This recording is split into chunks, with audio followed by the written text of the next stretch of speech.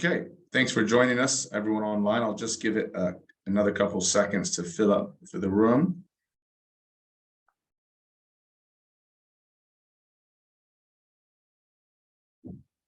All right, thank you. Thanks for joining us. My name is Alexander Meliagru-Hitchens. I am the research director at the program on extremism. And I'm joined today by Linda Maisels, who is an independent scholar and whose recent book, What is Antisemitism? A Contemporary Introduction, was published in September 2022 by Routledge. She's an expert on a number of things, but today we're going to pick her brains a little bit about anti-Semitism, its history, as well as its kind of evolution and its current status. Our interest mostly today, and we've run a couple of sessions on this and published a bit around this, is how anti-Semitism is adopted by a range of extremist groups. And how actually, despite the differences among these extremist groups, let's say from leftist to jihadist to right wing, the type of anti-Semitism that they espouse and that is within their ideology is actually quite similar. And they've all found a way to incorporate, or many of them have found ways to incorporate anti-Semitism into the core of their ideology. And Linda is going to discuss with us a little bit about how and why this happens and what it looks like. We're also hoping to be joined soon by our other panelist, Jacob Dorman. So I do apologize, he's not yet on with us, but as soon as he's able to join, he will jump on. But Linda, why don't you go ahead for now and maybe talk a little bit about your book, and also about particularly this concept of intersectional anti-Semitism that we're trying to explore and get to know a little bit better. Well, thank you so much, and thank you for asking me to be on. I want to start this by jumping back to ancient history, 2016, when David Bernstein was installed as the head of the Jewish Council for Public Affairs, which is part of the Jewish organizational world in the United States. And early on in his tenure, within a couple of weeks, he wrote an article for the Jewish Telegraphic Agency, and it was called The Anti-Israel Trend You've Never Heard of. So in it, he brought up the concept of intersectionality. And as he wrote, it holds that various forms of oppression, racism, sexism, ableism, and homophobia constitute an intersecting system of oppression. In this worldview, a transcendent white male heterosexual power structure keeps down marginalized groups. So Bernstein's motive was not just to talk about intersectionality, he wanted to connect it to the boycott, divestment, and sanctions, or BDS movement, which was definitely gaining currency and becoming much more visible on American college campuses. And so in particular, what Bernstein wanted to do was tie this concept, this academic concept of intersectionality, to the anti-Israel cause, as he referred to it, within the BDS movement that wanted to position Israel as part of this dominant power structure, and in doing so was oppressing Palestinians. So that was sort of his Bernstein's warning call. Now, this was one of many articles, but it hit at just the right cultural moment. I'm certain that at the time, very few outside of academia had heard of Kimberly Crenshaw's theory of intersectionality, which in 1989 was both groundbreaking and useful. In it, Crenshaw talked about the complex, you had to think of intersectionality as a concept that would be helpful within the complex structure of anti-discrimination law. She claimed there was a profound invisibility, for instance, for Black women or other women of color, because there was an overlapping of their racial and gender discrimination. And that the concept of intersectionality would illustrate how Black women were often marginalized by both feminist and anti-racist movements because their concerns didn't fit comfortably within either group. So this was something that was, fairly useful in the legal sphere and useful within academia, but Bernstein's article, and I'm convinced other factors as well, made it all of a sudden fly right into public consciousness, particularly within the Jewish community. I think we can think of it, people used intersectionality really without reading what Crenshaw had written, and it became a buzzword, kind of like critical race theory is today. So intersectionality was bandied about in many spheres as a sort of indictment against the left. But let me just flash forward then to 2017, when Bernstein, having given the matter more consideration, put out another article with the JTA, and the headline was "Intersectionality excludes and includes, and Jews must learn the difference. So here in it, he acknowledged that there had been a real firestorm with his first op-ed and that this was his corrective. In its original form, Bernstein said, intersectionality is a perfectly legitimate way to understand discrimination and power and can bring people together to talk about diverse identities. And this is something that Bernstein referred to as inclusionary intersectionality. However, he goes on that in its more malevolent form, it can be used to purge social justice causes of anyone who doesn't agree with the entire package of ideologically extreme views, and referred to that as exclusionary intersectionality. So this was sort of his olive branch to those particularly young students who found intersectionality a very useful concept, but also admitting or emphasizing that intersectionality was still being used to exclude Jewish students from the social justice movement, and often based or masked by animosity towards Israel, which was deemed to be, certainly on campuses, politically legitimate. So that's a very quick sort of capsule explanation. And intersectionality, I think, while people are very aware of it, has faded in favor of other sort of labels that people do throw at the left. So now I want to make this personal and jump forward to 2020, which was the start of the pandemic, and also the time, as you said, that I began writing my first book on anti-Semitism, which is really a broad survey of anti-Jewish animosity, beginning in classical antiquity and ranging to the present. Now, I'm a contemporary historian, so I made the assumption, which was correct, that writing historical chapters was going to be challenging for me. What I did not foresee is how difficult it was to get a clear read and a good format to present to my readers on the dynamics of contemporary anti-Semitism. I found it a real challenge, in particular, writing about anti-Semitism that stems from the political left. Why might this be? Well, I want to compartmentalize this into two issues. One of definitions, which is a subject that has been covered amply in other places, but I will touch on it, and also what I began to think of as a problem of intersectionality. So first, I want to just briefly outline the way my book was laid out, that I made three fairly rough generalizations to talk about contemporary anti-Semitism, one stemming from the Western world, the political left, one, the Western world, the political right, and one that stems from the Arab and Muslim worlds, generally, mostly the Middle East and North Africa. Now, I realize that in some senses, these are crude generalizations to fit into the contemporary landscape. Keep in mind that I was tracing these currents, again, from classical antiquity to the present. So I saw those as the three primary streams for anti-Semitism today. And definitionally, one of them was easy. Defining anti-Semitism on the political right is really, as I like to say, for reasonable people, rather simple. Most of us know that a swastika painted on a synagogue or a Jewish institution is a bad thing. And many of us also associate anti-Semitism on the political right with white supremacism and neo-Nazism. So this was easy to write, and there weren't too many political sensibilities that I might offend unless I talked about the blurring of the lines between the mainstream Western political right and the more extreme white supremacist right. That was my biggest pitfall. However, when you move into speaking about anti-Semitism on the Western political left and the Middle East, it's not as straightforward and also not as simple, of course, because of those movements' deep connection with both the Israeli Arab and Israeli Palestinian conflicts. So how do you talk about these two movements while acknowledging that there is certainly legitimate criticism to be made of Israel and of Zionism, and also sometimes of the Western movements that support them? Completely legitimate. But what is the line between that and blatant anti-Jewish animosity or anti-Semitism? So what we've found is that there are attempts to offer definitions of anti-Semitism, the most broadly used being the International Holocaust Remembrance Association's, or the IRA definition of anti-Semitism, one that's used by our government and in particular the Department of State, or a sort of a permutation of that.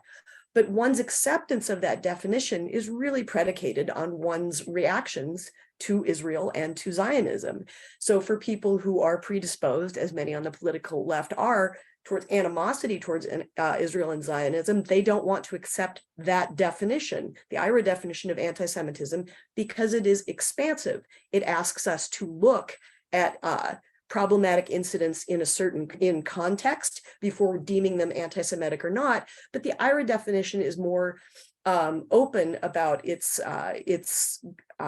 motive, or one of its motives, which is to show that anti-Israel animosity can also be anti-Semitic. You can go the other way to the Jerusalem definition, which does not accept that and is much more likely to deem anti-Israel or anti-Zionist rhetoric and actions as not anti-Semitic. Again, this is something that's been covered in many other fora, so I won't go into that more deeply. But one thing I tried to do in my book was to talk about the intersectionality of anti-Semitism, and this is the way I see it. The problem on the left is not only the offensive actions or rhetoric that take place on the left. Clearly, in all of these streams, each of these streams will pretty much deny that they're anti-Semitic. Well, the political right, there's some pride in being anti-Semitic there, but the political left will deny its own offensive actions. But the other thing that I found interesting as I delved into this is that there is a seeming tolerance on the left for anti-Semitic expression that stems from the other two streams, the political right and the Arab and Muslim worlds. The other thing that I think we need to pay attention to is that all three streams use similar tactics. In other words, there is significant overlap or intersectionality in the way that animosity toward Jews is expressed. Let me give you just a couple of examples. So I think one problem is that all three streams employ similar tactics, the right, the left, and anti-Semitic currents in the Middle East and North Africa. So for instance, just like the rest of the world, Nazi symbols are used. They might be used in different ways, but they do have a similar effect. So on the political right, for instance, Nazi symbols are used as a symbol of power and to threaten and to intimidate. On the left, however, they're used perhaps in a different way, also that can be intimidating, to shame. And this is a difference in tactic between the right and the left. So on the left, and also within the Middle East, North Africa movement, what you will see is direct equations between the state of Israel or Zionism and Nazi ideology or the Third Reich itself. Now, unfortunately, as we know from Godwin's law, just about everything is compared to the Nazis today. So again, we need to look at context as to whether or not this is anti-Semitic. According to the IRA definition, making that equation is anti-Semitic. It's also, if you don't want to accept that, offensive, and certainly historically inaccurate. The tragedy of the conflict between Israel and Palestinians is its own problem. It does not need to be amplified or distorted by comparison to the Nazi regime, with which it has very little commonalities. Another tactic beyond that is used by all three streams, of course, is the idea of the shadowy Jewish conspiracy.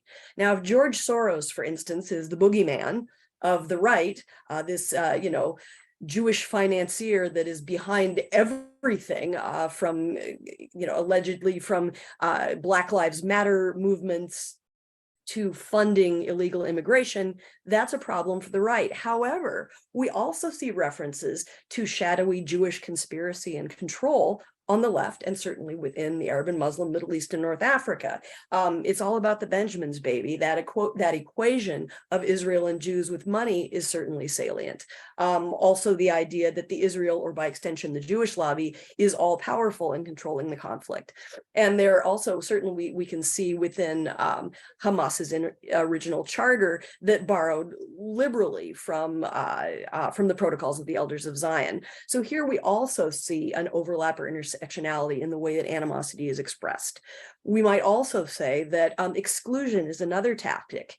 In the 20th century in particular, I don't know that I would say the hard right, but the hard right plus the conservative, status quo of American society did exclude Jews, whether it was socially or professionally, from law firms or from country clubs. There was this idea of excluding Israel. What we see, while we don't see that certainly not as blatantly today, what we might see on the political left today, and particularly on college campuses, are social justice movements where Jewish students might be excluded from participation, not because they are deemed not progressive or not leftist, because of their support for Israel and Zionism, even if the cause is something completely unrelated to Israel. For instance, transgender rights.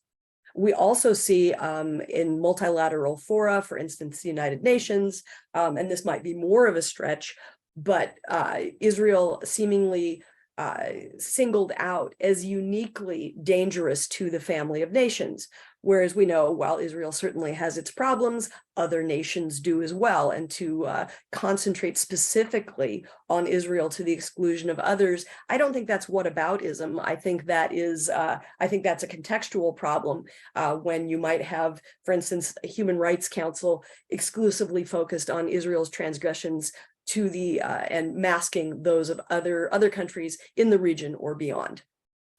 I think the other thing that we need to think about, and then I promise I will come to a close, is ignoring or minimizing the blatant anti-Semitism of the left, but also ignoring or minimizing anti-Semitism on the right or in Middle East streams, particularly to concentrate on other marginalized groups. Now, I think it's important that we recognize certainly that there are all kinds of people who are oppressed for all kinds of reasons, whether the color of their skin, their gender orientation, or because they are differently abled. We know that these are important concerns, but they can be addressed without minimizing or ignoring anti-Semitism.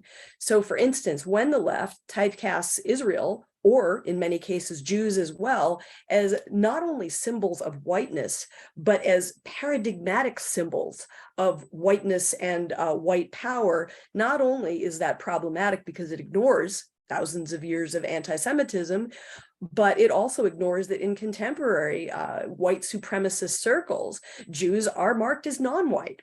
And not only that, are seen as key players in, for instance, conspiracy such as replacement theory, where people of color are seen as controlled by the Jews, and that the Jews have planned to flood Western countries with non-white immigration. Check out the Turner Diaries for a very early example of that in the 1970s. One other that I address in my book, I won't address it fully right now, is that, for instance, in Charlottesville, that there were progressive groups that, while they rightfully concentrated on the racism, the misogyny, the homophobia that was evident there, some of them completely ignored the anti-Jewish or anti-Semitic animosity there. One in particular that I highlight in my book, the National Women's Studies Association, actually had to go back and amend their statement because while they had rightfully condemned certain types of hate, they had left out anti-Jewish hate, even though it was quite prominent and easy to see. The last is that when violence is condemned in the Middle East, and unfortunately we're in a violent period today, even as I speak, I have personally no problem with anyone calling out Israel's excesses. This is freedom of speech. This is what we need to do. However, to do so one-sidedly, to rationalize or even glorify certain elements of violence from the other side is not giving a clear picture. And I think back also, for instance, to the Second Intifada, where encouraging or glorifying suicide bombing was an issue. So I want to wrap this up. In the end, I believe that the intersectionality of anti-Semitism ends with not all Jews, but many Jews feeling uneasy and isolated because they don't have a natural political home. If intersectionality as a theory was created to emphasize overlapping marginalities, then this intersectional component to contemporary anti-Semitism that I'm identifying seems constructed to marginalize Jews and often to make light of the genuine concerns they have about anti-Semitism. Thank you. Thanks so much, Linda. That was really useful summary there. It throws up a lot of important questions. Just for the audience, just so you know, we also invite you to ask questions at the bottom of your screen there. You'll see a Q&A box. You can enter questions, and once we finish our discussion in the next 10-15 minutes, I will go through questions from the audience. So please do feel free to start putting your questions in. I had a couple of comments and questions, Linda. I guess, going back to the start of your talk about how you have looked at this from over almost ancient history now. I guess one of the questions is, and I mean, I accept this is a big question. How much how has anti-Semitism, I suppose, changed? What are the key ways, if at all, anti-Semitism has changed from its kind of, let's say, original form to today? And does that, to an extent, help us understand the intersectionality of it, do you think? Yeah, I think that's a great question. And actually, that is the way that my book runs. I use something that I call the onion model, which is that anti-Semitism, as it has built up, is in concentric layers. And actually, you need to identify two onions. One of them is in the what I call roughly the Christian influenced world, not saying that all Christians are anti-Semitic, but in the world as it developed in the West, and one that would be influenced by Islam. And again, very careful to say that not all of Islam is anti-Semitic. And within these two onions, what you can do is you can take out one layer. So you could look at medieval anti-Jewish animosity, or you can look at a succession of layers and how they build upon each other. And why am I forgetting the name now? I'm looking for the book on my shelf. David Nierenberg is someone who really illuminated this, that even that you have echoes of anti-Semitism that I also see in my onion layers. So if in classical pre-Christian antiquity, you have a fear of Jews as the other, then layered upon that, you have Christian animosity towards Jews that includes, of course, deicide, the killing of God, and then layering into that also usury and money lending. And then you get into, post-Enlightenment as you get into a less religious world. And all of a sudden, people realize that hating Jews for religious reasons based on that, deicide or, that religious argument, even people who were so-called, enlightened, who were secular and rational thinkers in the 19th century, still found Jews to be an alien other. And while they weren't religious themselves, the echoes of that animosity that was expressed through the Catholic Church and through Christianity come out in their repositioning of Jews. And this begins in the 19th century and certainly culminates in many ways with World War II and Nazi genocide, was Jews as racially different. And of course, we do see some of that again in this argument about whether or not Jews are white. That's a racial argument.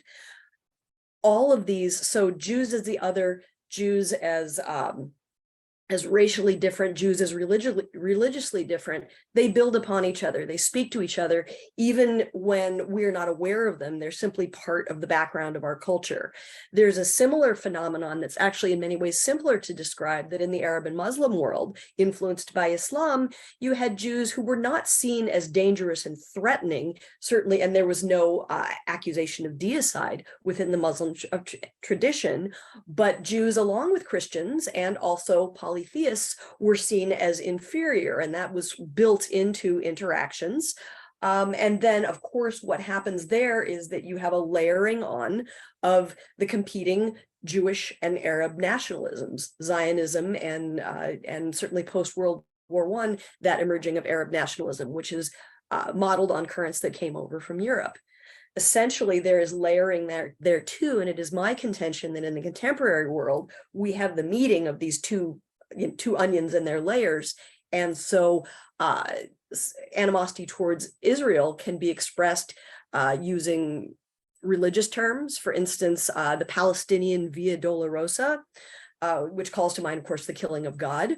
Or it can be expressed racially. It can be expressed through conspiracy theory. Jews and anti-Semitism are very convenient vehicles for targeting and blaming forces that are beyond our control. Yes, interesting on what you mentioned in terms of the kind of Arab anti-Semitism. I mean, because in the past I've looked comparatively at sort of white supremacist and jihadist ideologies as both kind of fundamentally reactionary, anti-liberal movements who both have quite a shared sense of what the problem is and have obviously different solutions to it. And yet one of the things that struck me, of course, was that the kind of viral anti-Semitism of both of the ideologies that I think you could argue you can't really remove anti-Semitism from them without fundamentally changing them.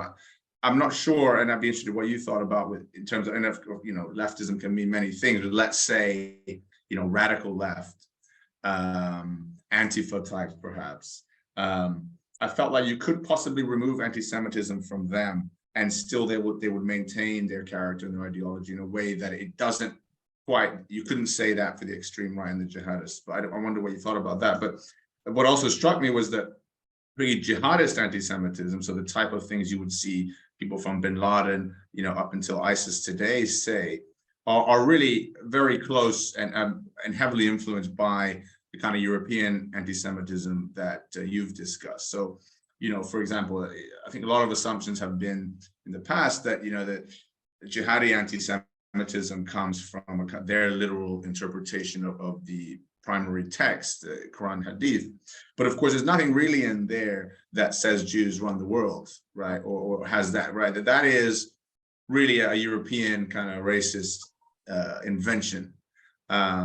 And so they, in going even back to sort of Islamist thinkers like Said Qutb, really what they were saying was basically kind of Nazi anti-Semitism repackaged. And very little of it actually was that linked to their religion. Other aspects of jihadi ideology is linked to how they interpret Islam. But interestingly, of course, Jews are mentioned in Quran Hadith, but the kind of animosity towards Jews is usually more about specific Jewish tribes that Muhammad and his followers and successors were fighting, in certain periods, rather than Jews, all Jews. So I thought that was a kind of interesting. Something interesting that I noticed when looking at this. So I wondered what you thought, firstly, about the kind of inherent aspect of anti-Semitism in jihadism and the extreme right compared to the left. Would you agree that there's a difference in how integral it is to their belief system, or perhaps you disagree? And also maybe your thoughts on sort of the exporting of European racist anti-Semit, racist views of Jews to the Arab world. Let me start with the second question, because in a way that's easier for me. It's something that I addressed in my book.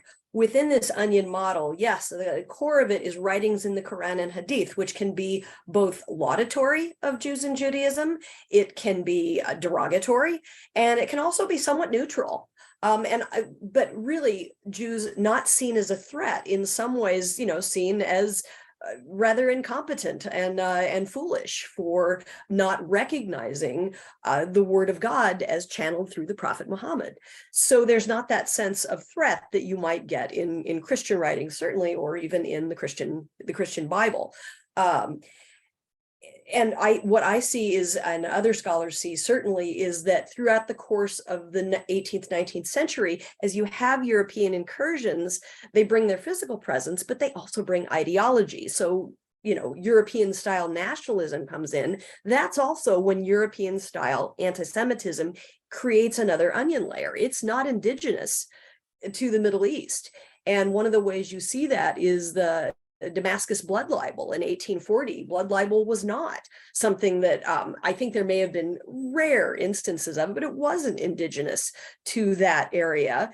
And this is something that was imported. The idea that Jews used ritual sacrifice, depending on the area, of Christian or Muslim children, and used their blood either for ritual purposes, that's ritual murder, or consumed it. At a certain point, it changes to actual consumption, being baked into, for instance, matzahs for the holiday of Passover.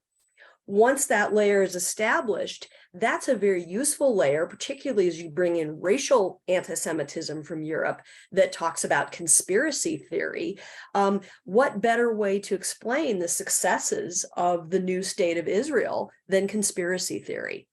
So when you get to, as you mentioned, Said Qutb's writings on the Jews, in the 1970s, a copy of that was released by Saudi Arabia that included commentary taken from the Protocols of the Elders of Zion. So the Protocols is a forgery, a document that was created in Eastern Europe, probably in Russia, and spread throughout Europe and also the United States, alleging that, a secret cabal of Jews was in control of world governments, the economy, etc. And this is a very useful fiction, once again, for seeing how the Jews, a degraded and humbled people who were not accepting of the word of God, became so successful. So if you walk the streets of, Cairo, Beirut, wherever else, it's fairly simple to see, find in Arabic copies of the Protocols of the Elders of Zion, which is not indigenous to the area. So I think that's one thing that layering explains, is that this has definitely been imported. Within the Arab and Muslim Middle East, to criticize Israel makes sense, but there can also be, as you said, hearkening back to animosity from Jewish tribes in Medina, right? That's one other way of framing the conflict, is that Jews are traitors because of the ways they betrayed and didn't listen to Muhammad in that, essentially, as he was beginning his rise. So all of that can play into, and often does, contemporary complaints about Israel. So that's one. Going back to whether or not, I think, yes, that certainly for the white supremacist right, and scholars like Eric Ward talk about this, anti-Semitism is absolutely integral to that. And jihadist, yes, I think that using Israel as a rallying point, even let's say in sub-Saharan Africa, where the ideological connections aren't as strong, you can use Israel and Jews as a rallying point, even for people who this was not originally their issue. As far as the left, I think that's a great question, and I think it's an interesting question. There is a long tradition of animosity towards Jews on the left, beginning, certainly with the Enlightenment, and when you have debates, let's say in France, after the French Revolution, about whether or not Jews can be counted as citizens. What you see is that, the right obviously says, no, a Jew can never be a full citizen of France. They're Jewish. They are problematic. They are not like us. They are a foreign other. The left says, hang on a second.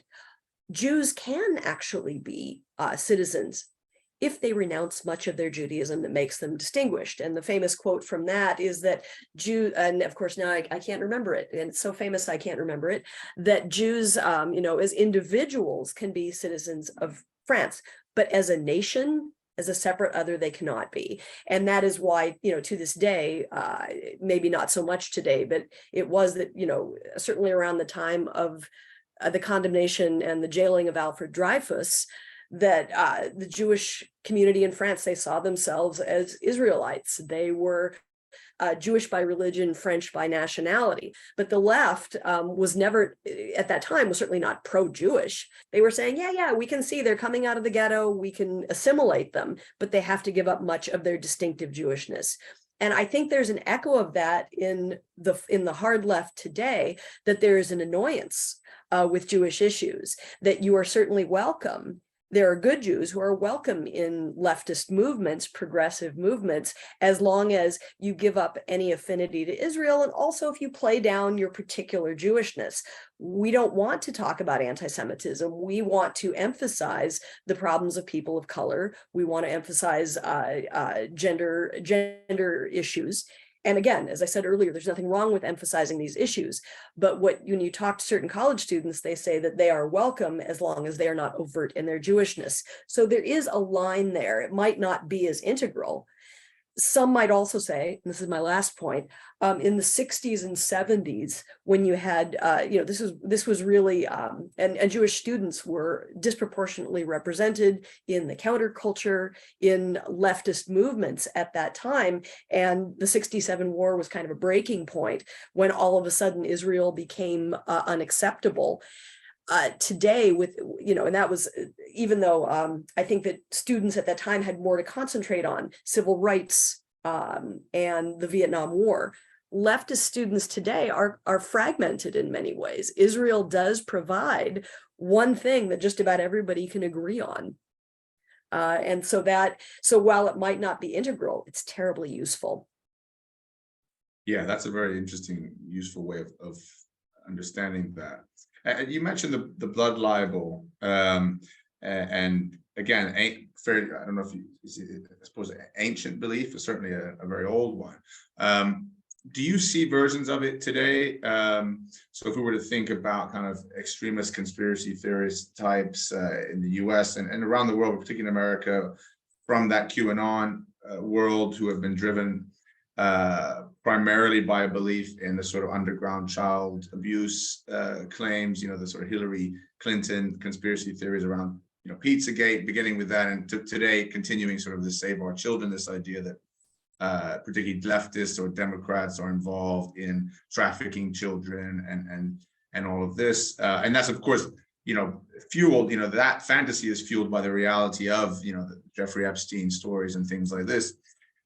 Do you see a link between the kind of anti-Semitism of the blood libel with this kind of current, suppose, moral panic about children supposedly being trafficked by the left, and often by Jewish, powerful Jews like George Soros? Yeah, I think it's definitely there. And listen, the blood libel too exists and it's protected political commentary that, you can see caricatures of, let's say, Prime Minister Netanyahu eating the head of a baby or whatever it might be. And you see this connection, certainly, of Jews to blood and to rapacious killing, let's say, to murder, and also of preying on children. If you believe, I'm just thinking that in the Trump campaign, there was a widely criticized ad that came out that showed Hillary Clinton with Jewish stars, which it was later claimed they were, sheriff badges. I don't buy that. It was Jewish stars and dollar signs.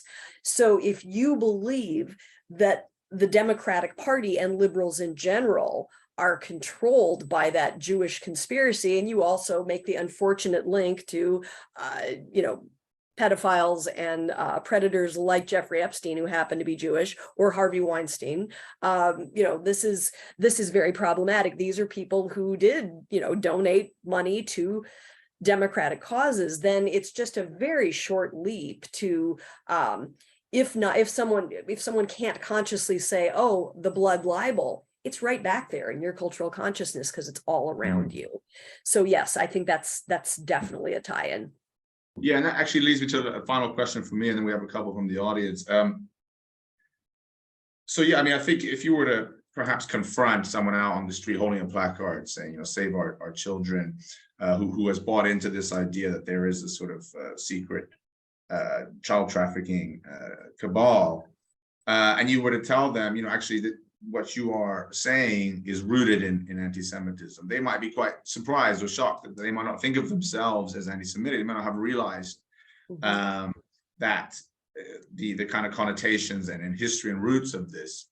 And it reminded me of, there's a book just recently published by a British scholar and activist called Dave Rich, who's one of the senior people at the Community Security Trust in the UK. And his book called Everyday Hate, How Anti-Semitism is Built into Our World, How You Can Change It, essentially talks about this issue of the mainstreaming or the sort of seeping of anti-Semitic tropes and ideas into discussions, into people's beliefs, without them actually realizing what they're saying is actually incredibly anti-Semitic. We've had this reckoning with racism to an extent, people waking up more to racist tropes and beliefs that they've held for a long time and didn't even really question them or think about or realize that they were racist, and a lot of people quite shocked to be called that after, later on. Do you I wonder firstly what you thought generally about this idea, and also what would you say are the kind of most common or say acceptable dinner table views that actually are really quite anti-Semitic and or if not, are rooted in it? What would you say are the kind of things that perhaps the audience would be interested to hear, or keep an ear out for, that the kind of common stuff that people may say with that they don't realize just actually how anti-Semitic it is? First of all, I want to say I have a lot of respect and admiration for Dave Rich, who does terrific work. I haven't read his new book, but I know that it's on my list, and that's something that I need to do. Yeah, I think that I'm most familiar with what happens in this country, and I know that the UK is often has some slight but still significant differences. So I'm going to speak mostly from an American perspective, and here. Jews, I think, feel differently than they might in European countries. Jews are a minority. They're at this point less than 2% of the population, but they have been, in the aggregate, remarkably successful and in very visible professions. Now, certainly, and people do refer to that because it's things like Hollywood and, the media, and you do see a lot of Jews in that. We don't talk about the overrepresentation of Protestants in the insurance industry. That's not seen as a danger, but it's just not as visible. So Jews do have a certain visibility.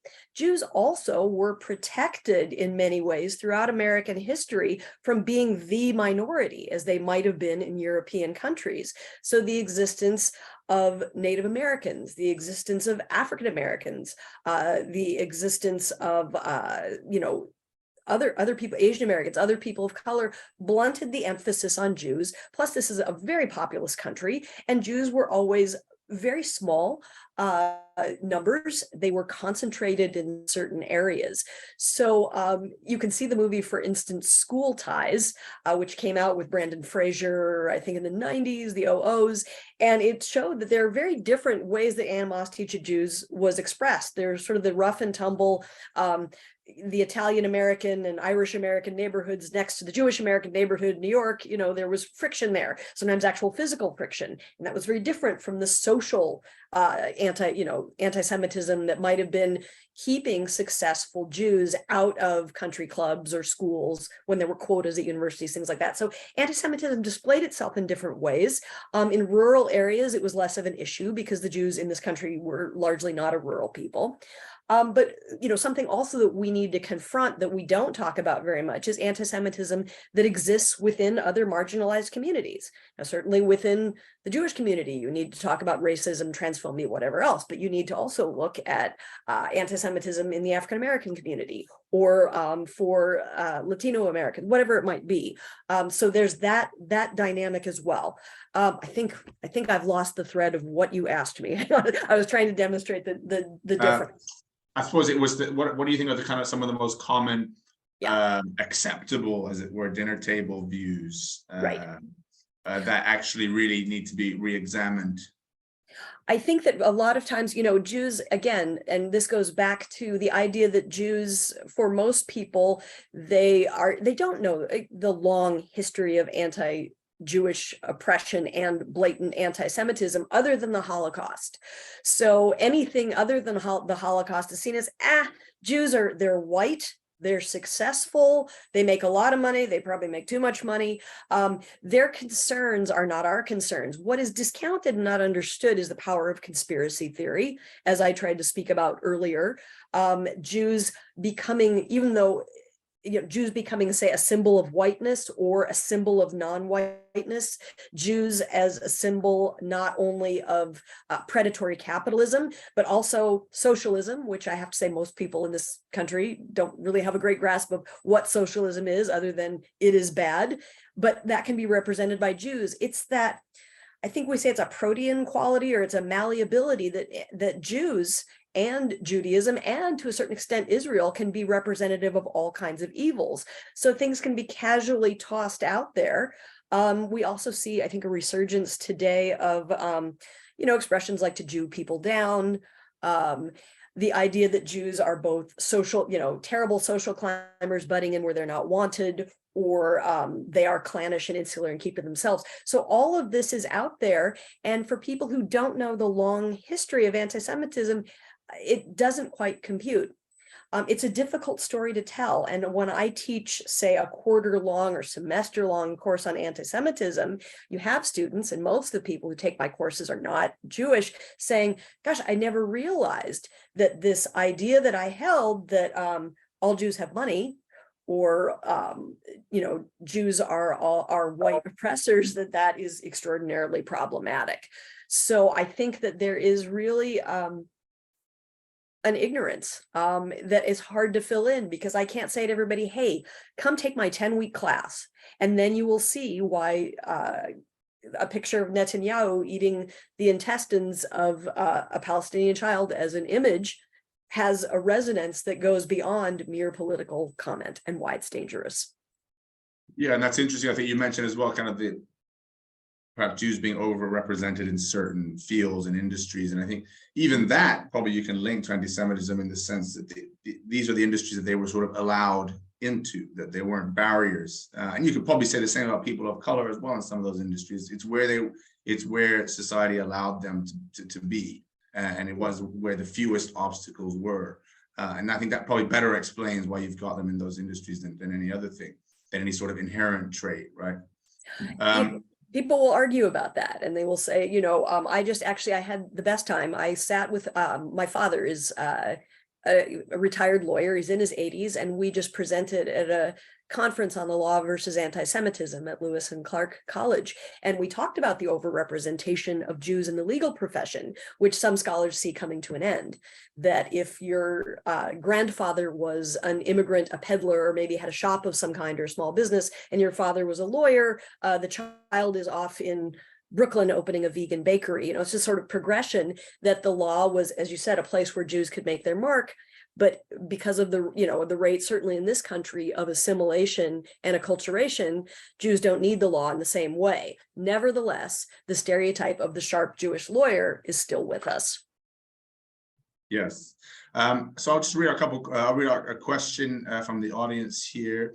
This is an interesting one. I think, can you discuss the intersectional anti-Semitism, particularly from left, right, and within kind of Islamism, has created and influenced anti-Semitism that may be found between different sects of Judaism? And I don't know if perhaps that's a reference to kind of Nature Carta types. Did you have any thoughts on that? Let me see if I understand the question correctly, that those expressions, outside expressions of anti-Semitism, have brought up maybe conflict between different Jewish groups. Yeah, I think that Neturei Karta is an excellent example, because that is an anti-Zionist, traditional Haredi or Orthodox, traditional Orthodox group that does not would with, say, the country of Iran in opposing Zionism in Israel. That certainly exists. Listen, to bring it onto a different plane, you have the mainstream Jewish community is a continuum, and we're always debating how broad the tent should be of who's included under the broad tent of the Jewish organizational world. And on the left, that probably stretches to, let's say, J Street, which is critical of Israel and Zionism, all the way to the Zionist Organization of America, which is on the right and completely supportive of Israel and Zionism. And so that's a broad spectrum, and different Jewish communities will find different expressions from those groups acceptable or not acceptable. In the middle, you have, let's say, more like the ADL, or the American Jewish Committee. So there's this continuum of discussion. But what you see on, for instance, campuses is Jewish Voice for Peace, which for many people is too far on the left in its anti-Zionist proclamations, is not seen as part of mainstream Jewish opinion. However, on campuses, Jewish Voice for Peace is seen as a legitimate and a sought-after group. So what you might see on a college campus is a panel about the Israeli-Palestinian conflict, where Jewish representation is satisfied not by ideological differences, by actually putting someone right-wing on a panel, but you sort of cover your bases by using someone from Jewish Voice for Peace who might be in agreement with other anti-Israel voices on the panel. Now, this is fine. Jewish Voice for Peace has a legitimate right to express their opinions, but they are not necessarily representative of the broad mainstream. And that causes conflict outside of the Jewish community and within. The Jewish community has a long history too of, it's very easy to call people with whom you disagree a self-hating Jew or whatever else. So this is a problem within the Jewish community that we see, but it's also a problem where appropriate Jewish representation is mandated by outside forces. And that doesn't necessarily, similarly, I think you could say that if you ask only the Zionist Organization of America to sit on the panel, that does not express the broad continuum of Jewish thought. So I don't know how we call that, where that fits in with anti-Semitism, but it is rather difficult when outside non-Jewish forces deem who's a good Jew and who's a bad Jew according to their views. Yes, yeah, that's very interesting. So this one, you may not have researched this area, so feel free to say so. But this is one question looking particularly at the sort of male supremacist kind of online movements, incel types. Question is there anything from your research that can speak to the way anti-Semitism is spread among individuals who are positioned within the male supremacist belief system? Anti-Semitism is common, particularly within online incel communities, though the connection with misogynist belief is not always obvious. So I suppose, yes, is there a connection between it? And speaking again on that intersectional question, between hypermasculinity or misogynist beliefs and anti-Semitism? Do you think there's an inherent link there?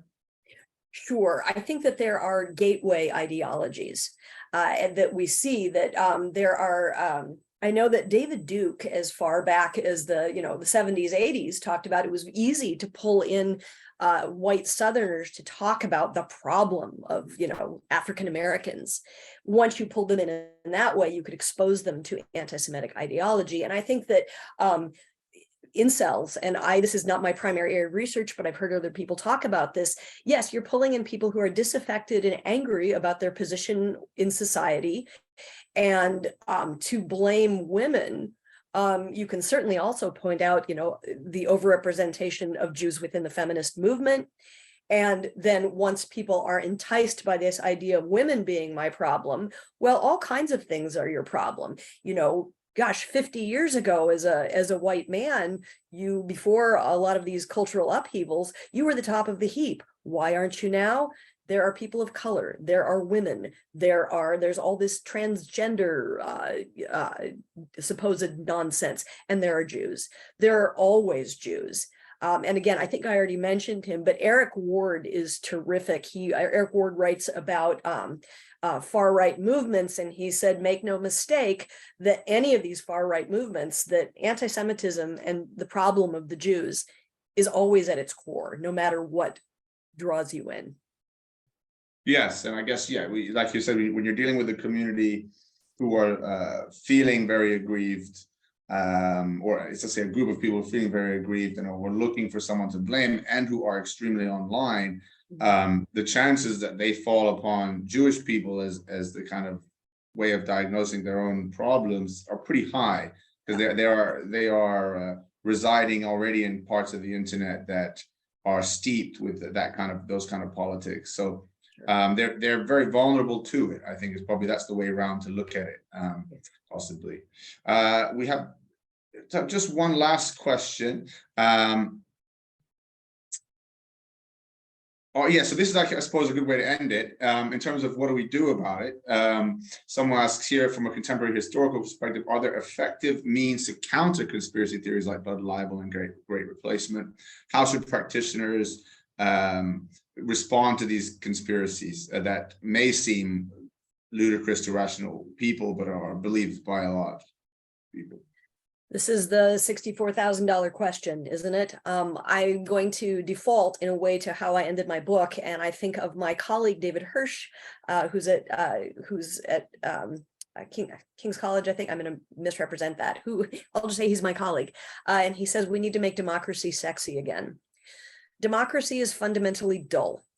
There's little that's sexy about it. There is debate, there is certain argument, and there's probably an over-reliance on experts, all things that certainly in this country are not seen as positive today. The problem with conspiracy theory is that I think it can be two things. It's an easy answer to a complex problem, or sometimes it's a very complicated answer that makes people feel like they have specialized knowledge to problems that are really much more dull. It's like sort of launching James Bond into something where really all you need is, a good teacher or a good, security officer, whatever it might be. So it's not easy, but it is, to me, Jews have thrived, and particularly in the United States, where liberal institutions, not leftist, not rightist, but liberal institutions that encourage very boring discussion, debate, and the idea of consensus, that we don't get into politics to become a winner.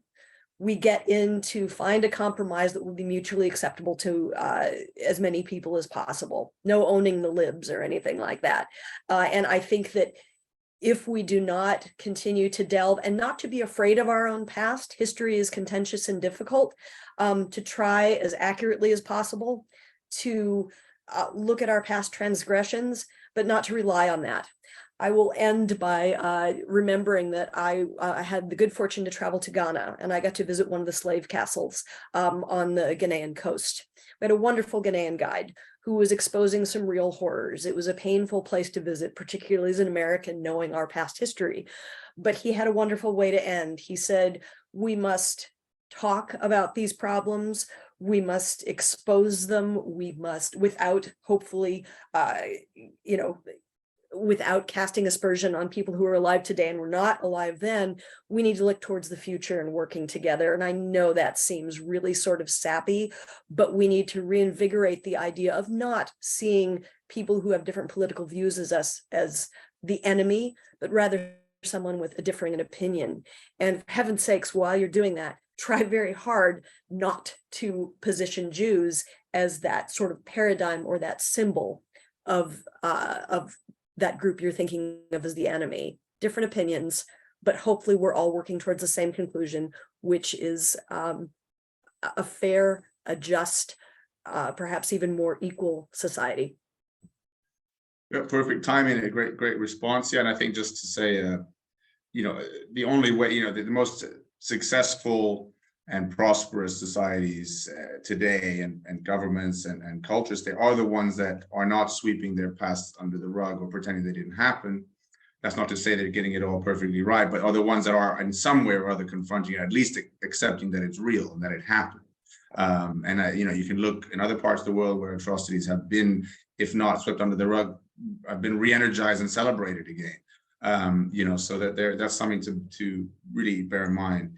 But thanks again very much, Linda Maisels. Really useful conversation. Unfortunately, we didn't get to discuss another aspect of this, which was the Black Hebrew Israelites, but we will be trying to rearrange a talk on that as well. I'm sure you'll be interested on that. But yes, thank you to everyone. Thanks for joining, and we'll leave it at that. Thank you. Thank you.